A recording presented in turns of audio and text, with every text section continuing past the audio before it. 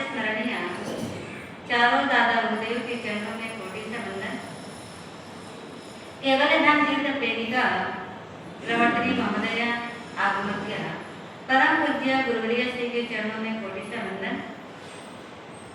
संघ स्नेह वारिधि प्रवचन प्रवीणा मम जीवन धारिका अमरावती में विराजित परम पूज्य गुरुवर्य श्री के चरणों में वंदन। उपस्थित धर्म प्रेमी बंधुओं, माताओं एवं बहनों, वैराग्य शतक ग्रंथ में कहते हैं, संसारम्मी असारे नथी सुहम वाही वे अण पौरे जानतो इह जियो न पुणई जिन देशियम धम्मा। यानी कि संसारम्मी असारे, संसार कैसा है? असार है। हमको पता है कि संसार असार है। संसार का मतलब क्या? संसरणा इति संसारा, यानी कि जो चलता रहता है वो संसार है। जैसे साइकिल का पहिया निरंतर चलता रहता है, वैसे ही संसार में कभी सुख तो कभी दुख, कभी सुख और कभी दुख, इस तरह से निरंतर चलते रहते हैं। किसी कवि ने कहा है, क्वचित वीणा नादा क्वचित पिता हेति रुदितम क्वचित विद्वद्गोष्ठी क्वचित सुरामत्त कलह। यानी कि इस संसार में क्वचित वीणा नादा, यानी कहीं कहीं पर सुरीला वीणा का स्वर सुनाई देता है। क्वचित वीणा नादा क्वचित अपि च हा हेति रुदिता, और कहीं पर हाहाकार रुदन सुनाई देता है। क्वचित अपि विद्वत गोष्ठी, यानी कहीं कहीं पर विद्वानों की गोष्ठी चलती है, तो कहीं कहीं पर शराब पी करके, शराबी शराब पी करके कलह और क्लेश करते रहते हैं। क्वचित अभी रम्या रामा, यानी कहीं पर 16 साल की स्त्री श्रृंगार के लिए दिखाई देती है, तो कहीं पर बुढ़ापे से जिनका शरीर जर्जर हो चुका है, ऐसे व्यक्ति इस संसार में दिखाई देते हैं। ना जाने संसार किम विस्मय किम मृतमय। ये संसार कैसा है? कहीं अमृत दिखाई देता है तो कहीं पर हलाहल विष दिखाई देता है। अपने को संसार कैसा दिखाई देता है? संसार अमृत के रूप में दिखाई देता है कि विष के रूप में दिखाई देता है? कैसा दिखाई देता है? संसार है क्या? अमृतमय है कि विषमय है? सुखमय है कि दुखमय है? कैसा है? ये भी अपना अपना नजरिया होता है, क्योंकि संसार एक ऐसी खिचड़ी है जहां पर दुख के चावल ज्यादा होते हैं पर सुख की दाल कम है। ज्ञानी भगवंत कहते हैं, ये संसार सुखमय है, तो सूत्र में मृगपुत्र कहता है, ये संसार तो सुखमय ही है, मुझे कहीं पर भी सुखमय नहीं लगता है। पर ज्ञानी भगवंत बोलते हैं ये संसार सुखमय है। दोनों के बीच में अंतर क्यों? अंतर क्यों? कोई इसको सुखमय देखता है, कोई इसे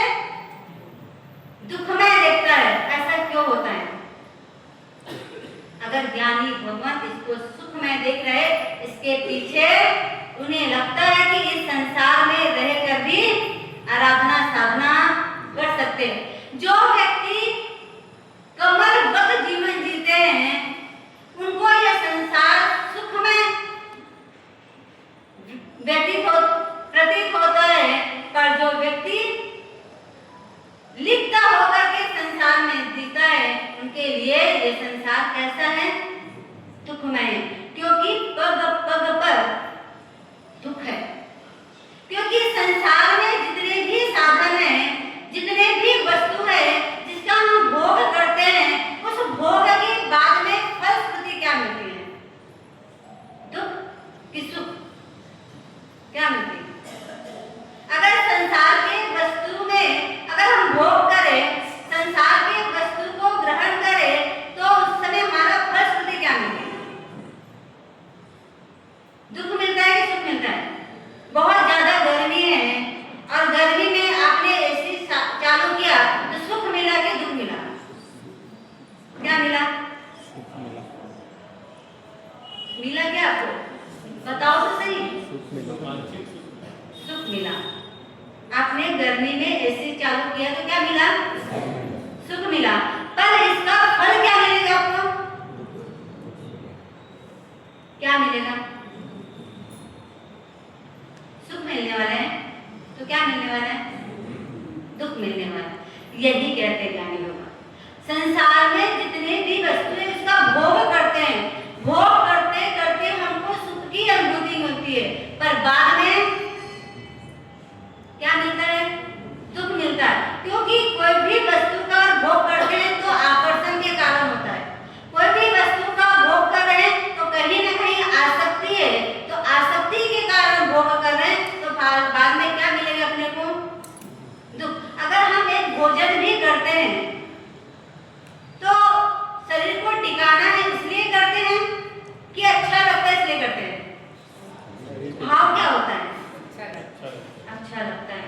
अच्छा लगता है तो उस भोजन में रस मिलता है, मन में रस होता है कि हाँ ये भोजन अच्छा लग रहा है तो एक आध कवच भी ज्यादा ले लेते। अब ज्यादा ले लेते हो तो पेट भी गड़बड़ हो जाता है और बाद में दुख भी मिलने वाला है। यानी संसार का जितने भी पदार्थ है, चाहे भोजन करते हो, चाहे कपड़ा पहनते हो, चाहे कोई भी कार्य करते हो, उसमें ज्ञानी भगवंतों ने कहा है कि ये संसार में जो भी अपने को सामग्री मिला है वो कैसा है? सामग्री जो भी मिली हो क्या है? है। पर इस सामग्रियों में लिप्त नहीं होते, अलिप्त होकर के अगर उस सामग्री का भोग करते हैं तो वो क्या हो जाता है? सुखमय बन जाता है। सामग्री मिली, आपको भी मिली, हमको भी मिली, पर आपसे ज्यादा हमको मिली है। आप घर में एक सब्जी खाते होगे, दो सब्जी खाते होगे, पर हमारे पात्र में कितने आते हैं? जितने घर उतने घर की सब्जी। कई बार तो 10 भी सब्जी आ जाती है और कई बार ज्यादा भी हो जाती है। हमारे में ज्यादा सुख है, आपके में सुख कम है। सुख की सामग्री आपको कम मिली है हमारे कल्चर से, मिली कि नहीं मिली? हमको ज्यादा सुख मिला कि आपको ज्यादा सुख मिला है? किसको मिला है? किसको मिला है? हमको मिला है ना। तो फिर आप यहाँ बैठे क्यों? यहाँ जो सुख पाने के लिए क्या आप बैठे क्यों? आप तो अपने घर में एक ही बंगले में रहते हो, एक ही घर है आपका, उसी में रहना और उसी में जीवन बिताना। पर हमारे कितने घर हो गए? जहां जाते वहां नया नया घर मिलता है। सबसे ज्यादा सुखी हम है ना। आपको कपड़ा लेने के लिए रोना पड़ता है, मुझे कपड़ा दिला दो दिला दो दिला दो, कितनी बार बोलते हो तब जाके आपको कपड़ा मिलता है। और हम एक बार बोलते हैं एक कपड़ा के लिए और यहाँ पर आ जाता है 50 जोड़ी। तो सुखी कौन है? हम है ना। संसार में जीने के लिए रोटी, कपड़ा और मकान, तीन ही चीज चाहिए। तो वो चीज तो आपको नहीं मिला जितना हमको मिला है, पर आप लोग को मिलने के बाद में भी उसमें रस लेकर के रहते हो, इसलिए दुखमय जीवन यहाँ भी व्यतीत करते हैं और वहाँ भी आगे मिलता है। पर हमको मिलने के बाद में भी उसमें आकर्षण नहीं होता है, उसमें आसक्ति नहीं होती है। 10 सब्जी भी खा ले तो भी मन में नहीं होता है कि हाँ मुझे आज अच्छा मिला। 10 जगह रुकने मिल जाए, 10 मकान मिल जाए तो भी उसमें आसक्ति नहीं है कि वहाँ से हटते समय, उस मकान को छोड़ते समय अंदर से रुदन नहीं होता है। 4 महीना यहाँ रहने के बाद में भी यहाँ से जाते जाते रोना नहीं आता। आपने किसी को देखे क्या यहाँ से मकान छोड़ करके या पासे छोड़ करके कोई साधु संतों को रोते हुए जाते हैं? नहीं देखा ना। क्यों नहीं? क्योंकि आसक्ति नहीं, क्योंकि ममत्व नहीं है, क्योंकि राग नहीं है। उनको पता है हमको रहना है, इसलिए मकान मिला है और रह करके हम चले जाएंगे, क्योंकि अस्थायी स्थायी नहीं है। पर आपको जो मिला है ना उसको आप स्थायी रूप से मान लेते हो, इसलिए आपको दुख की अनुभूति होती है। तो जो मिला है उसमें क्या मानना है अपने को? अस्थायी मानना है। जो भोग की सामग्री मिले हैं वो दुख का कारण मानेंगे तो हम इससे छूट सकते हैं और छूटने का प्रयास भी करना चाहिए। भावना अधिकार में बात चल रही थी।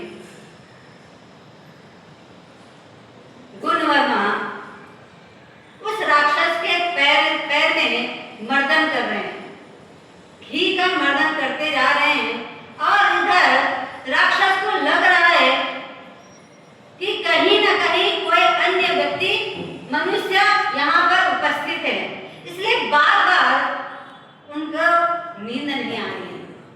और इधर विजय चंद्र राजकुमार स्तंभनी विद्या और वशीकरण विद्या दोनों का पाठ चल रहा है। 1000 बार पाठ करने से वो मंत्र काम करने वाला था और अंदर मुहूर्त में ही वो मंत्र 1000 पाठ हो जाता है। इधर वो मंत्र का पाठ कर रहे हैं, इधर घी का मर्दन चालू है और इधर राक्षस को नींद नहीं आ रही। पर जैसे ही स्तंभनी विद्या पूरा 1000 बार पढ़ लेते हैं तो विजय चंद्र राजा गुणवर्मा को इशारे से वहां हटाते हैं और दोनों वहां राक्षस के सामने आकर खड़े हो जाते हैं। जैसे ही राक्षस देखते हैं 2 युवक मेरे सामने हैं, तुरंत उठते हैं मारने के लिए, पर स्तंभनकारी विद्या के कारण वो स्तंभित हो जाते हैं, जिसके कारण उठ नहीं पाते हैं। तब राक्षस को एहसास होता है मंत्र के प्रभाव से मुझे यहाँ पर क्या कर दिया गया है? स्तंभित कर दिया गया है।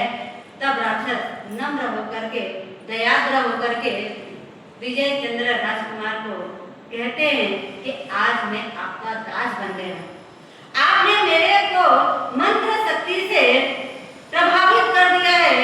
आप जो कहोगे मैं वो करने के लिए तैयार हूँ।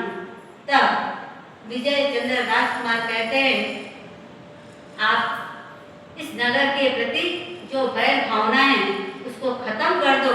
वैर भावना इस नगर के प्रति मत रखो और पूर्ववत जैसा ये नगर रिद्धि समृद्धिशाली था वैसा वापस स्थापित करके मुझे अर्पण करो। राक्षस सहमति करता है, स्वीकार करता है और स्तंभन विद्या का प्रयोग हटता है और वो उठ करके दैविक शक्ति से वापिस पूर्ववत उस नगर को व्यवस्थित कर देते हैं। जहाँ जहाँ यहाँ के लोग भाग करके गए थे उन लोगों को वापिस वहाँ स्थापित करते हैं।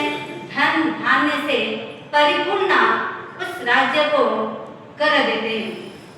अब इधर विजय चंद्र राजकुमार में अपने नगर को समृद्धिशाली के रूप में देखते हैं। पूरे लोग एकत्रित हो जाते हैं और विजय चंद्र को राजा बनाया जाता है, राज सिंहासन पर बैठाया जाता है। तब विजय चंद्र राजा अपने उपकारी गुणवर्मा को नहीं भूलते। कई बार ऐसा होता है कि व्यक्ति को जब वो चीज मिल जाती है तब उपकारी को भूल जाते हैं, विस्मृत कर लेते हैं। व्यक्ति अपने ज्ञान में जब आगे बढ़ जाते हैं पर जिसने पढ़ाया है उसको विस्मृत कर लेते हैं। कई व्यक्ति कई चीज में माहिर हो जाता है तो पीछे मुड़कर भी नहीं देखते। कई व्यक्ति व्यापार के क्षेत्र में आगे बढ़ जाते हैं तो उनको व्यापार में सहायता करने वाले व्यक्ति को भूल जाते हैं। ऐसा उपकारी के प्रति उपकार को विस्मृत कर देते हैं। पर वो विजय चंद्र राजा अपने उपकारी को नहीं भूले, गुणवर्मा को बुलाते हैं और और कहते हैं तेरी कृपा से, तेरे सहयोग से मुझे ये राज्य मिला, तो इस राज्य में तुमको जो चाहिए जैसा चाहिए आप ले जा सकते हो। तब गुण वर्मा समय देखते ही कहने लगे कि राजन, मुझे कोई भी चीज की जरूरत नहीं है, मुझे कोई भी चीज नहीं चाहिए। अगर आप देना ही चाहते हो तो मुझे एक चीज चाहिए। अरे गुण वर्मा, तुम एक चीज मांगते हो, मैं तो सब कुछ देने के लिए तेरे को तैयार हूँ, बता तेरे को क्या चाहिए। तब गुण वर्मा कहता है, चंद्रावती नगरी में लोभाकार और लोभा नगरी, जिसको आपने स्तंभित कर दिया था, उसको स्तंभित विद्या से मुक्त कर दो। वो मेरे पिताजी एवं चाचा जी हैं।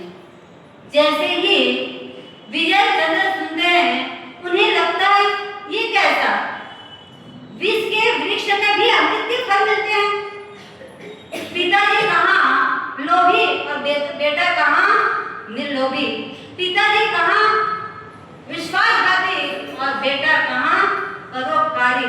सच में वो तुम्हारे पिताश्री हैं? हाँ, वो मेरे पिताश्री एवं चाचाश्री है। बस मुझे कुछ नहीं चाहिए, अगर आप देना ही चाहते हो तो वो चीज मुझे दे दीजिए। विजय चंद्र राजा कहते हैं कि ये काम मैं नहीं कर पाऊंगा, क्योंकि ये काम तुमको स्वतः ही करना पड़ेगा। पहले उपाय बता सकता हूँ और उस उपाय के द्वारा तुमको करना पड़ेगा।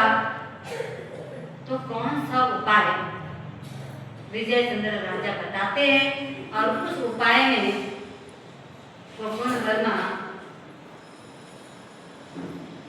सफल होते हैं कि नहीं होते हैं, और अपने पिताजी और अपने चाचा जी को मुक्त कराते हैं कि नहीं कराते हैं, क्योंकि उपाय बहुत कठिन है। तो उस उपाय में सफल होते हैं नहीं होते, ज्ञानी लोगों ने देखा होगा। कहा जाए